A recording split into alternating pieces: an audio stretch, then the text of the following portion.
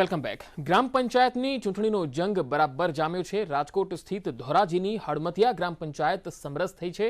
આ ગ્રામ પંચાયતની વિશેષતા એ છે કે જ્યાં સરપંચથી લઈને ગ્રામ પંચાયતના સભ્ય સુધીનો કાર્યભાર મહિલાઓ સંભાળશે. મહિલા સશક્તિકરણનું ઉત્તમ ઉદાહરણ આ હળમતિયા ગ્રામ પંચાયતે બતાવ્યું છે. અહીં તલાટી પણ એક મહિલા જ છે. ચૂંટણી પહેલા જ ગ્રામ લોકોના સહયોગથી અને વડીલ આગેવાનોના નિર્ણયથી ગ્રામ પંચાયતનો કાર્યભાર મહિલાઓને આપવામાં આવ્યો.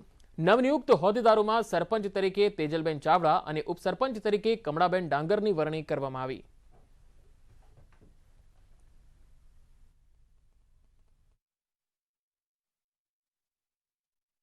અમારા ગામના સાથ સહકારથી અમે મહિલા આગળ વધ્યા છે, તો અમારા ગામની અંદર બધા સારા કામ થયા છે અને હજી સારા કામ કરતા રહીશું. શું કહેશો બધા હાલ વિકાસનું કામ? વિકાસમાં કામ બધા સારા બનાવી. શું બન્યા રસ્તામાં ગટર, રોડ, રસ્તા અને હવે આપણે સીધા લઈ જઈશું ઉત્તર પ્રદેશના બલરામપુર, જ્યાં પ્રધાનમંત્રી નરેન્દ્ર મોદી પહોંચ્યા છે. भारत माता की हम ये पावन धरती का बारंबार प्रणाम करित है.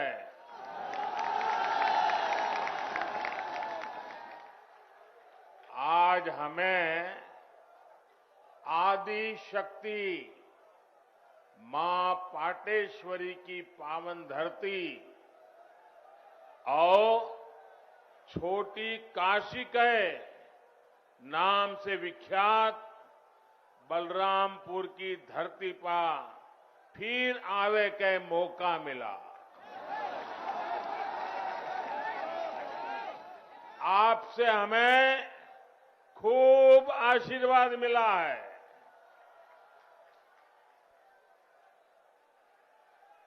यूपी की राज्यपाल श्रीमती आनंदीबेन, यूपी के ऊर्जावान, कर्मठ, लोकप्रिय मुख्यमंत्री योगी आदित्यनाथ जी, उप मुख्यमंत्री श्रीमान केशव प्रसाद मौर्य जी, केंद्रीय मंत्री गजेंद्र सिंह शेखावत, कौशल किशोर जी, राज्य सरकार में मंत्री महेंद्र सिंह, रमापति शास्त्री, मुकुट बिहारी वर्मा, ब्रजेश पाठक, आशुतोष टंडन, बलदेव ओलाद जी, श्री पलटूराम जी, मंच पर उपस्थित सभी संसद के मेरे साथीगण, सभी आदरणीय विधायकगण, जिला पंचायतों के सदस्य और मेरे प्यारे भाइयों और बहनों,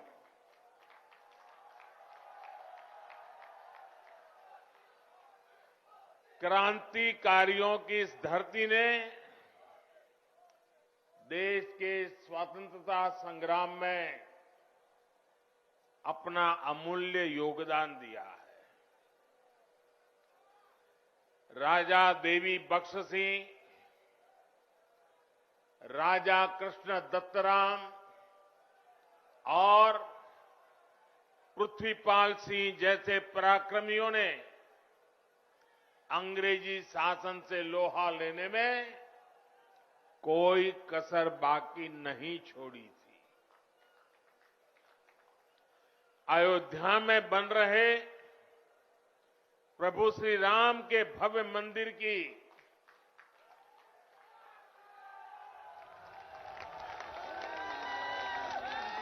जब जब बात होगी, बलरामपुर रियासत के महाराजा पाटेश्वरी प्रसाद सिंह के योगदान का उल्लेख जरूर होगा. बलरामपुर के लोग तो इतने पारखी है कि उन्होंने नानाजी देशमुख और अटल बिहारी वाजपेयी के रूप में दो भारत रत्नों को गढ़ा है, उन्हें संवारा है. साथियों, राष्ट्र निर्माताओं और राष्ट्र रक्षकों की इस धरती से मैं आज देश के उन सभी वीर योद्धाओं को भी श्रद्धांजलि दे रहा हूं जिनका 8 दिसंबर को हेलीकॉप्टर हादसे में निधन हो गया। भारत के पहले chief of defence staff general Bipin Rawat ji का जाना हर भारत प्रेमी के लिए, हर राष्ट्र भक्त के लिए बहुत बड़ी क्षति है। जनरल बिपिन रावत जी जितने जांबाज थे, देश की सेनाओं को आत्मनिर्भर बनाने के लिए जितनी मेहनत करते थे, पूरा देश उसका साक्षी रहा है। एक सैनिक सिर्फ उसी समय तक सैनिक नहीं रहता जितने दिन वो सेना में रहता है। उसका पूरा जीवन एक योद्धा की तरह होता है। अनुशासन, देश की आन बान शान के लिए वो हर पल समर्पित होता है। गीता में कहा गया है, नैनम छिदन्ति शस्त्राणि नैनम दहति पावकः, ना शस्त्र उसे छिन्न भिन्न कर सकते हैं, ना अग्नि उसे जला सकती है। जनरल बिपिन रावत आने वाले दिनों में अपने भारत को नए संकल्पों के साथ वे जहां होंगे वहां से भारत को आगे बढ़ते हुए देखेंगे। देश की सीमाओं की सुरक्षा बढ़ाने का काम, बॉर्डर इंफ्रास्ट्रक्चर को मजबूत करने का काम, देश की सेनाओं को आत्मनिर्भर बनाने का अभियान, तीनों सेनाओं में तालमेल सुदृढ़ करने का अभियान, ऐसे अनेक काम तेजी से आगे बढ़ता रहेगा। भारत दुख में है, लेकिन दर्द सहते हुए भी हम ना अपनी गति रोकते हैं और ना ही हमारी प्रगति। भारत रुकेगा नहीं, भारत थमेगा नहीं। हम भारतीय मिलकर और मेहनत करेंगे। देश के भीतर और देश के बाहर बैठी हर चुनौती का मुकाबला करेंगे।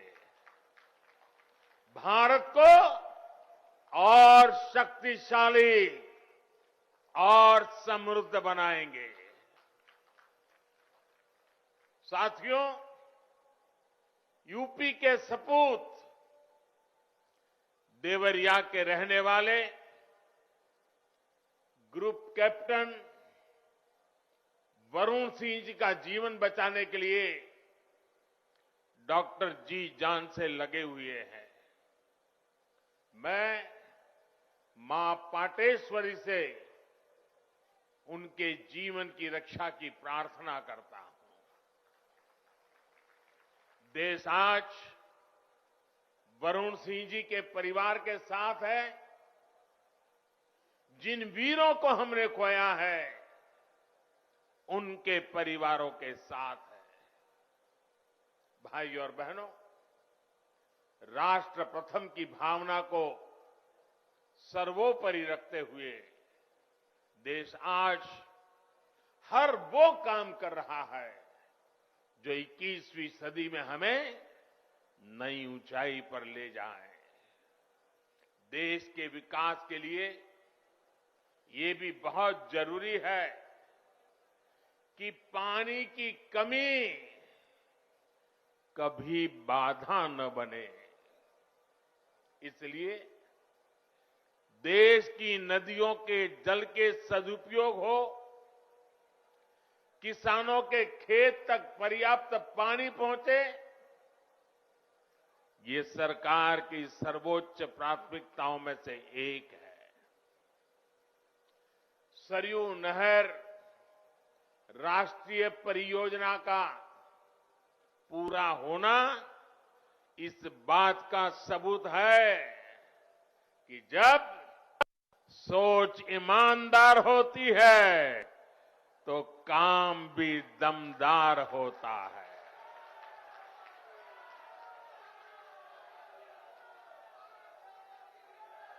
दशकों से आप इसके पूरे होने का इंतजार कर रहे थे। घाघरा, सरयू, राप्ती, बाणगंगा और रोहिणी की जल शक्ति अब इस क्षेत्र में समृद्धि का नया दौर लेकर आने वाली है।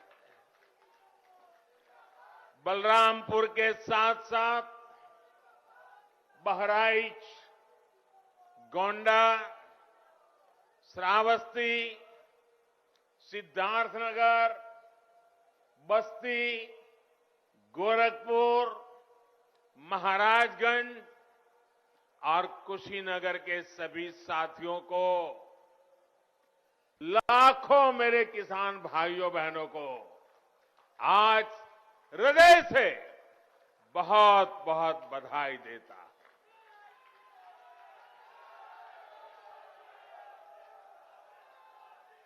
बारिश के मौसम में इस क्षेत्र में जो परेशानियां आती हैं उनका हल निकालने में इससे मदद मिलेगी। और मैं जानता हूं मेरे प्यारे भाइयों बहनों, हमारे यहां तो इतिहास गवाह है, अगर किसी ने प्यासे को एक प्याला भर पानी पिला दिया होता है तो वो इंसान जीवन भर कभी उस रण को भूलता नहीं है, जीवन भर उस इंसान को भूलता नहीं। और आज लाखों किसानों के प्यासे खेत जब पानी प्राप्त करेंगे, मुझे पक्का भरोसा है आपके आशीर्वाद जीवन भर हमें काम करने की ताकत देंगे। आपके आशीर्वाद हमें नई ऊर्जा देंगे। भाइयों बहनों,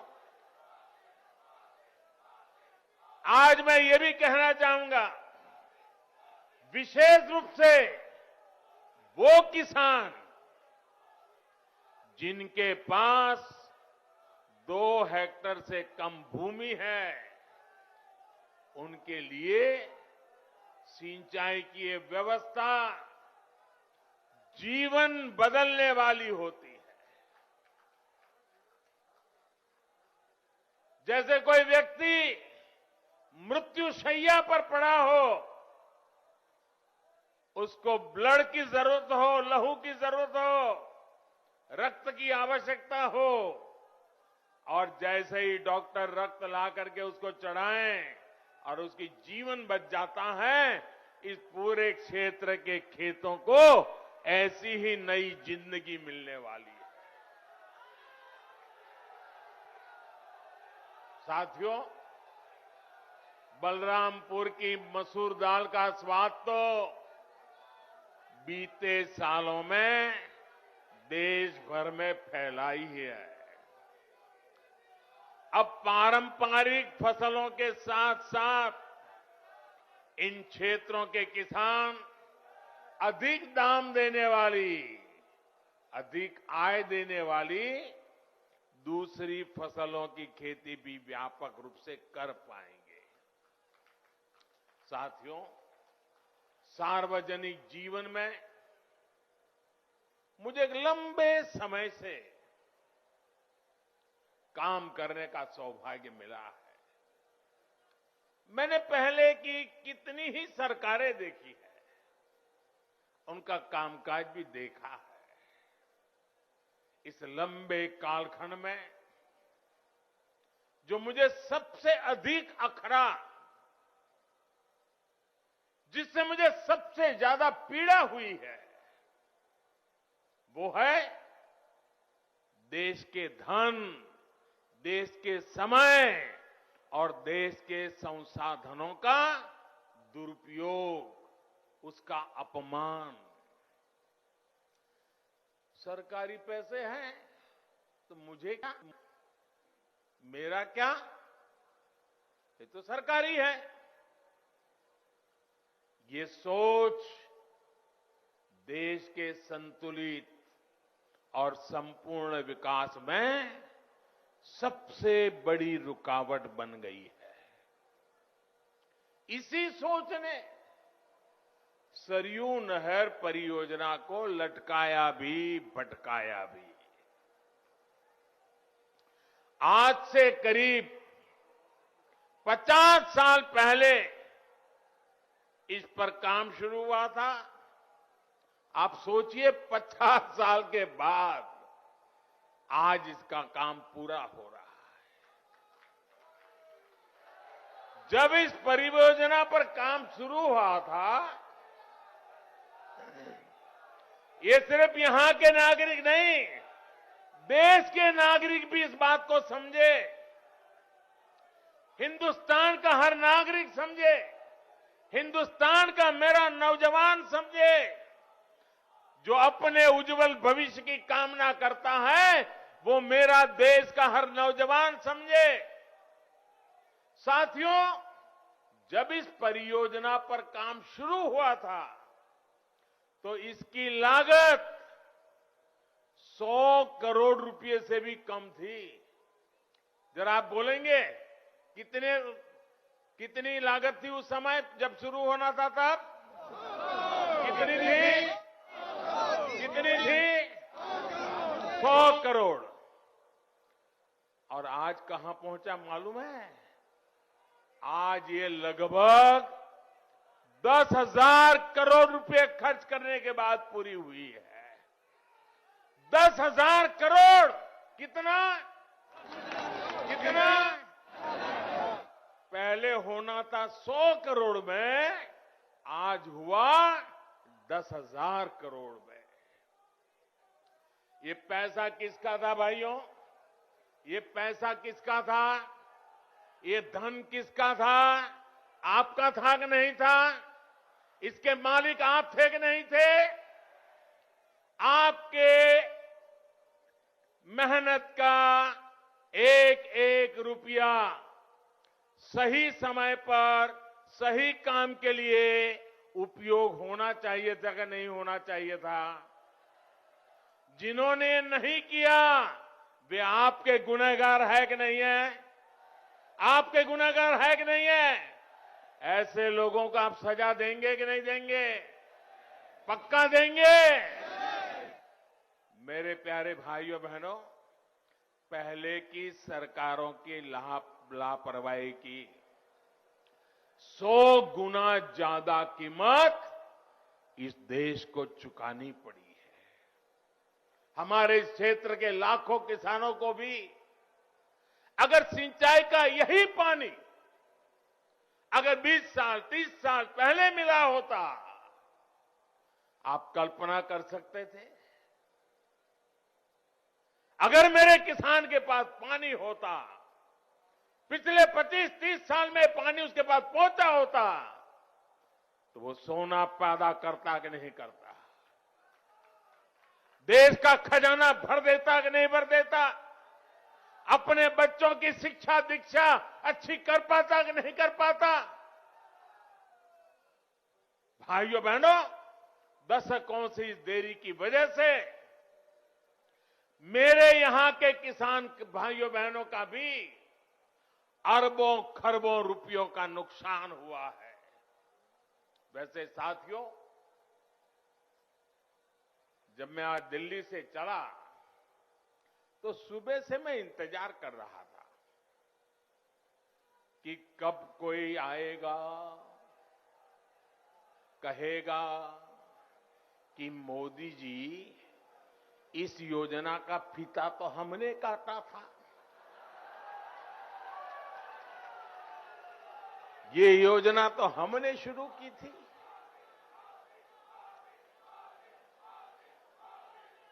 कुछ लोग हैं जिनकी आदत है ऐसा कहने की। हो सकता है बचपन में इस योजना का फीता भी उन्होंने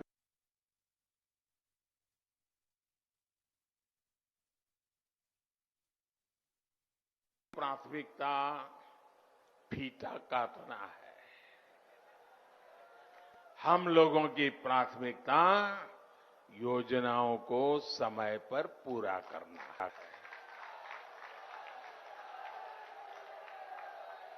2014 में जब मैं सरकार में आया था तो ये देखकर हैरान था कि देश में सिंचाई की 99 बड़ी परियोजनाएं, 99 परियोजनाएं जो देश के अलग अलग कोनों में दशकों से अधूरी पड़ी है।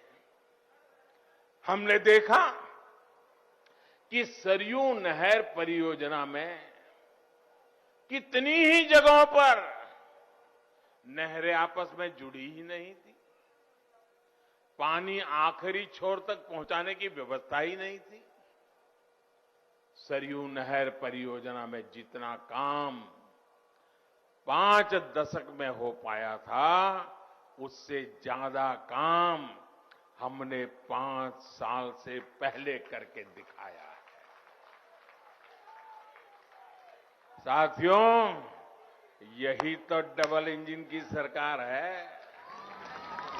यही तो डबल इंजन सरकार के काम का रफ्तार है। और आप याद रखिए, योगी जी के आने के बाद हमने बाण सागर परियोजना का लोकार्पण किया। कुछ दिन पहले ही अर्जुन सहायक नहर परियोजना का लोकार्पण किया। इसी हफ्ते गोरखपुर में जो फर्टिलाइजर कारखाने और एम्स का लोकार्पण किया गया, उनका भी बरसों से इंतजार हो रहा था। कुशीनगर इंटरनेशनल एयरपोर्ट की भी फाइलें बरसों से चल रही थी, लेकिन इस एयरपोर्ट को भी शुरू करवाने का काम डबल इंजन की सरकार ने ही किया है। साथियों, हमारी सरकार किस तरह बरसों पुराने सपनों को साकार कर रही है, इसका एक और उदाहरण केन बेतवा लिंक परियोजना भी है। सालों से इस परियोजना की मांग हो रही थी। अभी 2-3 दिन पहले ही कैबिनेट ने इस परियोजना को स्वीकृति दे दी है और इस पर 45,000 करोड़ रुपए खर्च किए जाएंगे। ये उत्तर प्रदेश को इतनी बड़ी सौगात मिल रही है, 45,000 करोड़ रुपए खर्च किए जाएंगे। ये परियोजना बुंदेलखंड को जल संकट से मुक्ति दिलाने में बड़ी भूमिका निभाएगी। भाइयों और बहनों, आज देश में आजादी के बाद पहली ऐसी सरकार है जो छोटे किसानों की सूद ले रही है। पहली बार 2 हेक्टेयर से कम भूमि वाले छोटे किसानों को सरकारी लाभ से, सरकारी सुविधा से जोड़ा गया है। बीज से लेकर बाजार तक खेत से लेकर खलिहान तक उनकी हर तरह से मदद की जा रही है। इन छोटे किसानों के बैंक खातों में पीएम किसान सम्मान निधि के हजारों करोड़ रुपए सीधे भेजे जा रहे हैं। उनकी आय बढ़ाने के लिए उन्हें खेती से जुड़े अन्य विकल्पों की तरफ भी प्रेरित किया जा रहा है। ऐसे विकल्प जिसमें बहुत बड़ी जमीन की उतनी जरूरत नहीं पड़ती, उन्हें इसका मार्ग दिखाया जा रहा है। इसी सोच के साथ पशुपालन हो, मधुमक्खी पालन हो या फिर मछली पालन, इनके लिए राष्ट्रीय स्तर नई योजनाएं शुरू की गई है। आज भारत दूध उत्पादन के मामले में दुनिया में अग्रणी है ही। लेकिन आपको जानकर के खुशी होगी, आज हम शहद, हनी, मधु, आज हम शहद निर्यातक के रूप में भी विश्व में अपना स्थान बना रहे हैं। हमारी सरकार के प्रयासों की वजह से बीते 7 वर्षों में शहद का निर्यात बढ़कर करीब करीब 2 गुना हो गया है और इससे किसानों की 700 करोड़ रुपए से ज्यादा की कमाई हुई है। भाइयों और बहनों, किसान की आय बढ़ाने का एक और विकल्प बायोफ्यूल भी है। हम खाड़ी का तेल से चलाते थे, अब हम झाड़ी का तेल भी लेकर के आ रहे हैं। बायोफ्यूल की अनेक फैक्ट्रियां यूपी में बनाई जा रही हैं। बदायूं और गोरखपुर में बायोफ्यूल के बड़े कॉम्प्लेक्स बनाए जा रहे हैं। यहां पास में गोंडा में भी इथेनॉल का एक बड़ा प्लांट बन रहा है। इसका लाभ इस क्षेत्र के बहुत से किसानों को होगा। गन्ने से इथेनॉल बनाने के अभियान में भी यूपी अग्रणी भूमिका की ओर बढ़ रहा है। बीते 4.5 साल में लगभग 12,000 करोड़ रुपए का इथेनॉल यूपी से खरीदा गया है। योगी जी की सरकार जब से आई है, तब से गन्ने के भुगतान में भी बहुत तेजी आई है। एक समय 2017 से पहले का भी था, जब गन्ना किसान सालों साल बकाया मिलने के लिए इंतजार करते थे।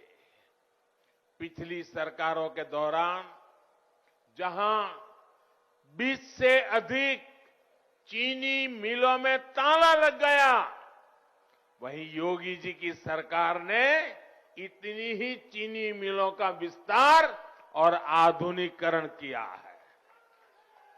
मैं आज बलरामपुर से देश भर के किसानों को एक विशेष निमंत्रण भी देना चाहता हूं और मैं चाहूंगा सिर्फ उत्तर प्रदेश के नहीं, देश भर के किसान मेरे इस निमंत्रण का स्वीकार करें और मेरे साथ जुड़े।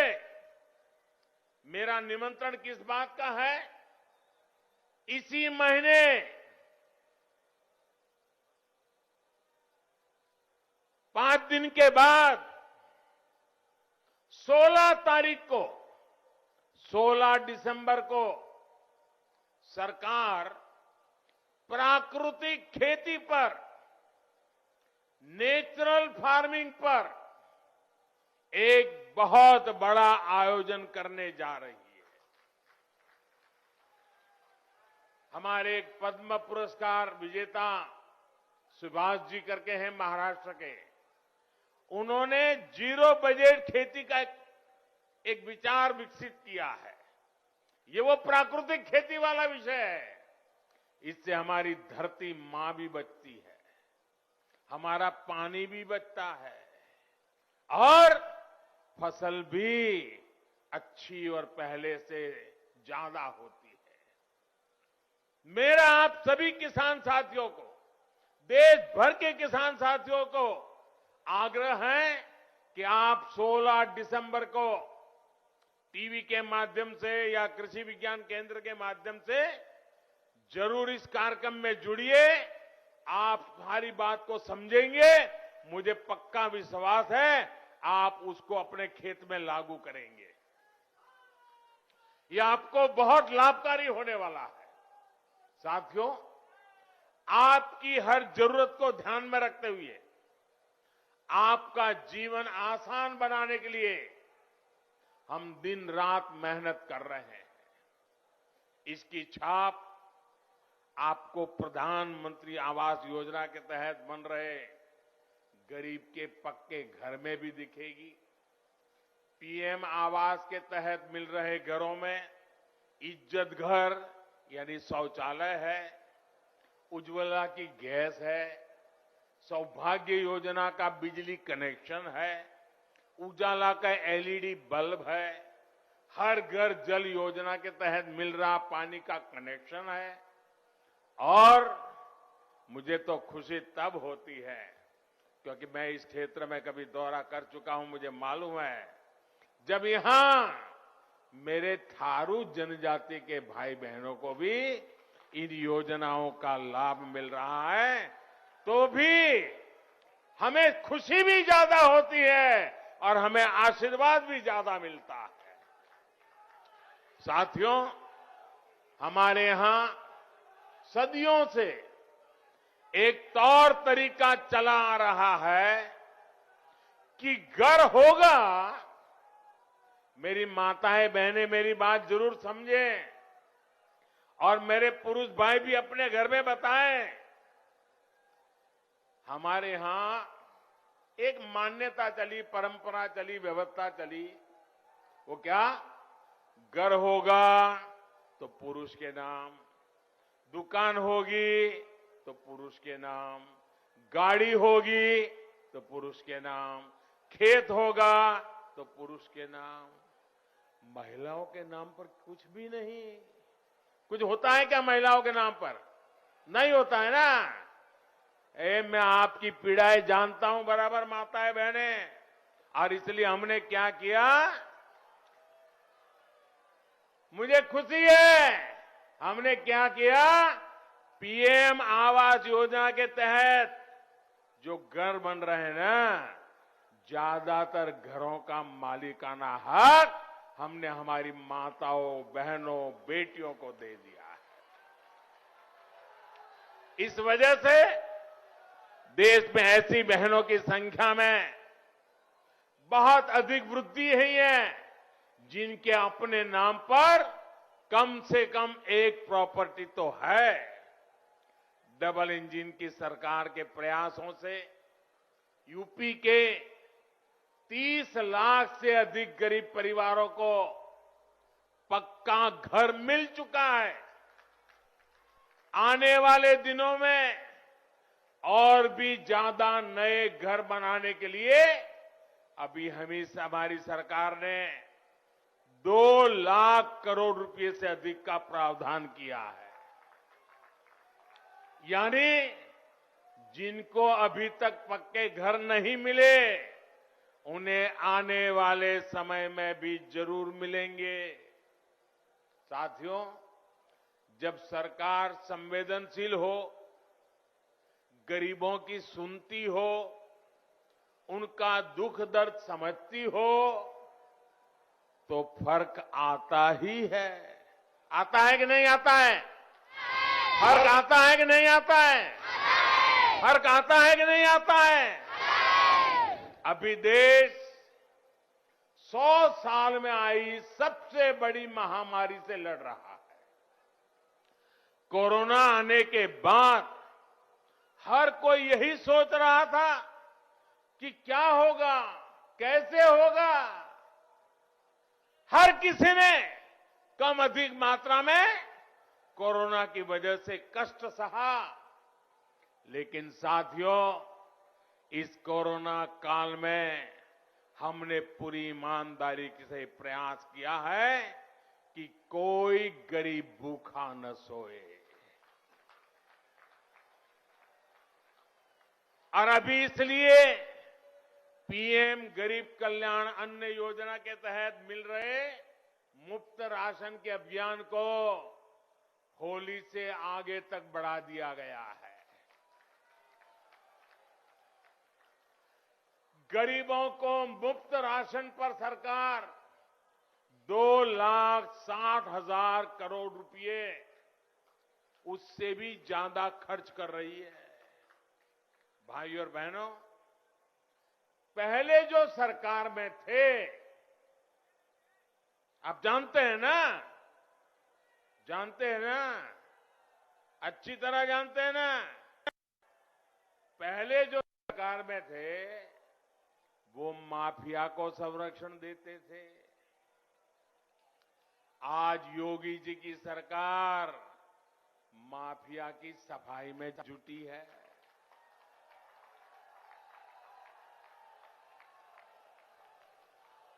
तभी तो यूपी के लोग कहते हैं फर्क साफ है। पहले जो सरकार में थे वो बाहुबलियों को बढ़ाते थे। आज योगी जी की सरकार गरीब, दलित, पिछड़े और आदिवासी सभी को सशक्त करने में जुटी है। तभी तो यूपी के लोग कहते हैं फर्क साफ है। पहले जो सरकार में थे वो यहां जमीनों पर अवैध कब्जे करवाते थे। आज ऐसे माफियाओं पर जुर्माना लग रहा है, बुलडोजर चल रहा है।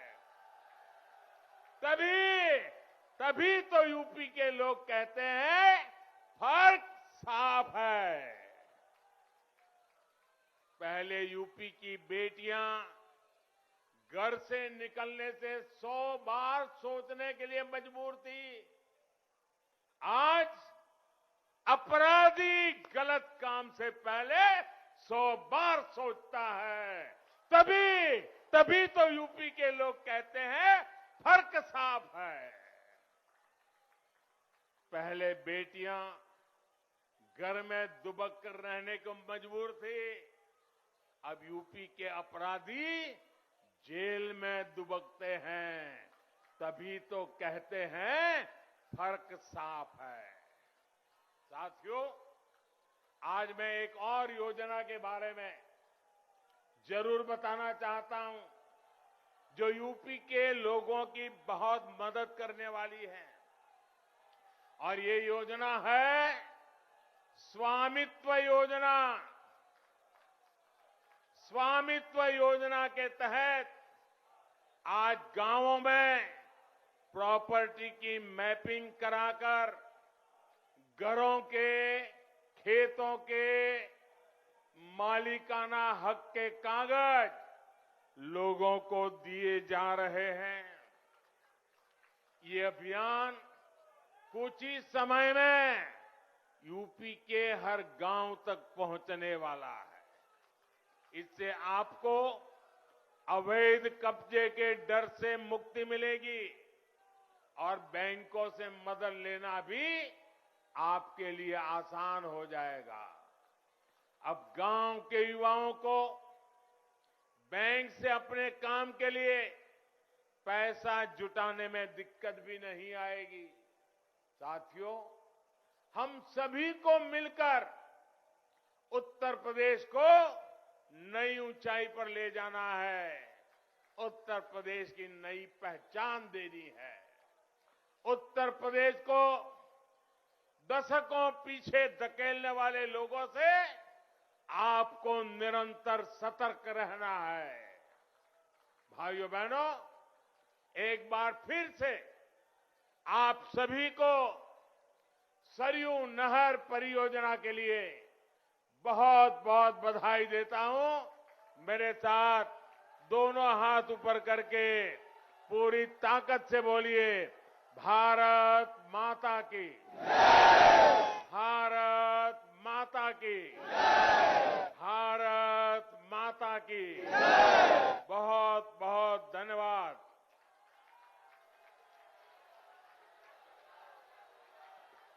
बहुत बहुत धन्यवाद माननीय, आपके ओजस्वी संबोधन के लिए।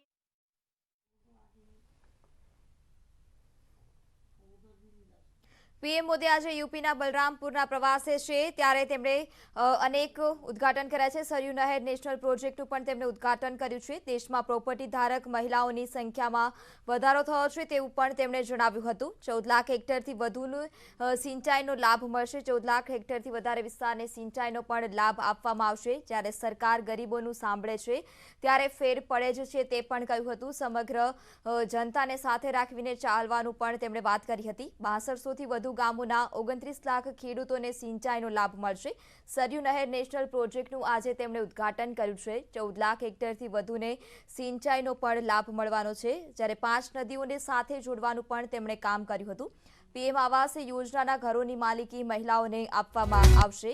દેશમાં પ્રોપર્ટી ધારક મહિલાઓની સંખ્યામાં પણ વધારો કરવામાં આવશે।